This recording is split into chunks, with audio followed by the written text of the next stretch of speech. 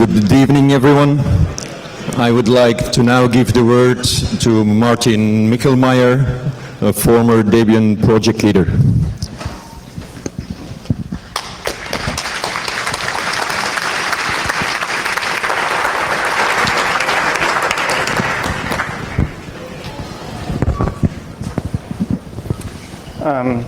Thanks for coming. It's really nice to see so many people here to remember Ian. The free software community was shocked and saddened to hear that Ian had passed away just before the beginning of the new year. Ian Murdock is, of course, best known as the founder of Debian, as the father of Debian. And for those who don't know, Ian is the Ian in Debian. And in the name, we will always honor Ian.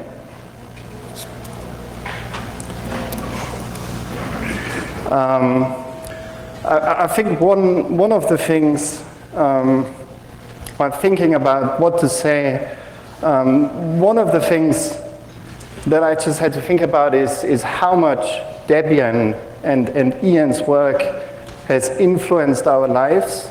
I mean, I can see a lot of people in here who have been involved in Debian, and I know many of you are Debian users. And even though I wasn't involved in the Debian project when it was started, when I think about it, Debian has in some way or another shaped half of my life. Now, my life would be quite different without Debian. So this tweet is something that really resonates with me. And maybe, things wouldn't be quite as bleak, but I think everyone here can agree that Debian, that Ian Murdock, really had a big impact on our lives in so many different ways. And there are a lot of good things to say about Ian. I think I'm going to highlight three. The first one is that Ian really had a foresight about creating a project based on community. So I have a number of quotes from Ian that really show, what he was thinking. And a lot of those things are very hard to understand now because they seem so obvious. But you have to see it in historical context. Back then, a Linux distribution was quite a new thing. And it was done, by a few people. And Ian really said, we want to do it in an open way. We want to do it in a way that the community, that the people, different people are involved. And I think that really shows a lot of foresight. I really like these quotes. So that was 10 years after Ian started Debian. And he said that the biggest contribution, it's not the software, but it's really about how the software is created. That when he started the project with community built in. That was always the idea. That he sent out to do it that way intentionally. It wasn't, I'm going to start a project and suddenly it became a success and all those people came. He actually, designed the project in a way to allow for that. And I particularly like the quote at the bottom where he says, if you remove community from open source or free software, it's just software. And I think that's so true for Debian. I mean, when I think about Debian, all the distros, at the end of the day, it's all the same stuff. You take a Linux kernel, you take some other stuff, you throw it together. Sure, there are technical differences, but what's so unique about Debian is the way it's developed. the processes we have in place, and the social contract, and the philosophy behind it. And if you remove all of those things from Debian, it would just be bits of software, but it wouldn't be Debian. And I think that's remarkable, that Ian created such a thing. And later on, Ian tried to bring, that community idea to Solaris. And I don't know details, but I would imagine that it's much harder to add community later on instead of having it built in. And it's interesting when people think about Debian, what Debian, the innovation that Debian brought, a lot of people think about the packaging system, and it's true. I mean, just imagine, the old days where you would just unpack tarballs, you wouldn't know which files belonged where or to which packages. You couldn't upgrade stuff independently, so the packaging system was a true innovation. But again, Ian sees things in a very different way. So he says, it's not about, technical stuff. It's all about collaboration. The packaging system, what that allows is to have experts who each maintain their components and to integrate that into one system. And I think that's a really, innovative idea of how to structure things. And when I think about Debian, I don't think about a CD-ROM. When I think about Debian, I think about community. That's really what defines Debian, thanks to Ian. And Brandon Robinson, a former Debian project leader who worked for Ian for many years, I think he also said it very well. It's about individual empowerment in a social environment. So he said it's about taking responsibility while sharing responsibility. I think that's I think that sums it up very well. And that's all thanks to Ian's foresight. I think the second thing I want to highlight is just the sheer humility that Ian showed. A lot of leaders these days are, leaders for life. Leaders who say, I make the decisions. I know what's best. But if you read this text, and just, again, to put things in, like, a lot of the stuff I just said about community, you may say, oh, gee, that sounds a lot like open source is being done today. What's new about that? But you have to realize, it's over 20 years ago that Ian started Debian.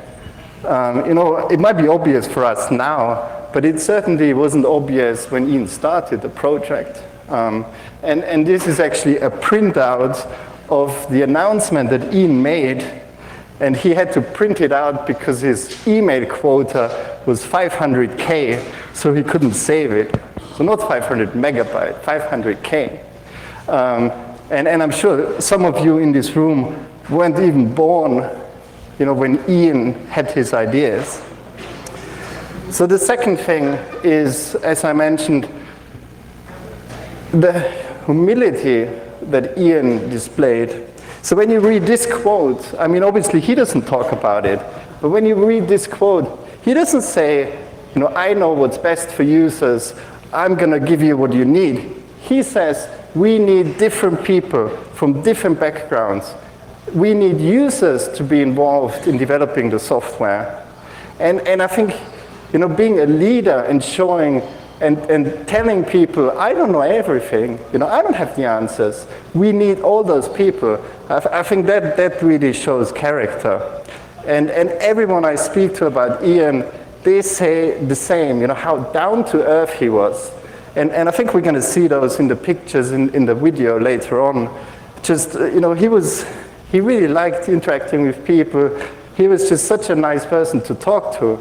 And there are some really interesting anecdotes. So someone talked about, there's a blog post about how he had an interview with Ian, and Ian said, hey, let's go hiking. I mean, that's just very, very interesting. And also someone told me that he emailed Ian to ask for a short video to show at a Linux meeting, and he got a prompt reply with a video. So again, I think that's something really to admire. And the third thing is actually related, that Ian didn't set out to be a leader for life of Debian. He didn't say, I'm going to be in charge forever. He actually said, I want to design the project in a way that the project doesn't need me, and that was his, test for success. Can he step away while the project still goes on and flourishes? And again, I think that shows such a strength, such leadership. I think that's true leadership. If you can actually say, the project doesn't need me, because I see a lot of leaders who, cling on to a project, even though maybe they lost interest, maybe they don't have the time, or maybe they're not the right person. But Ian was different. He said the project should exist without me. So I think there are so many things to admire. So I think initially there was an idea of having a signing book, but in Debian we like to do things in a virtual way. So there is an email address where you can send your thoughts and your condolences, and they will be shared with the family. And if the family wishes, they will also be published.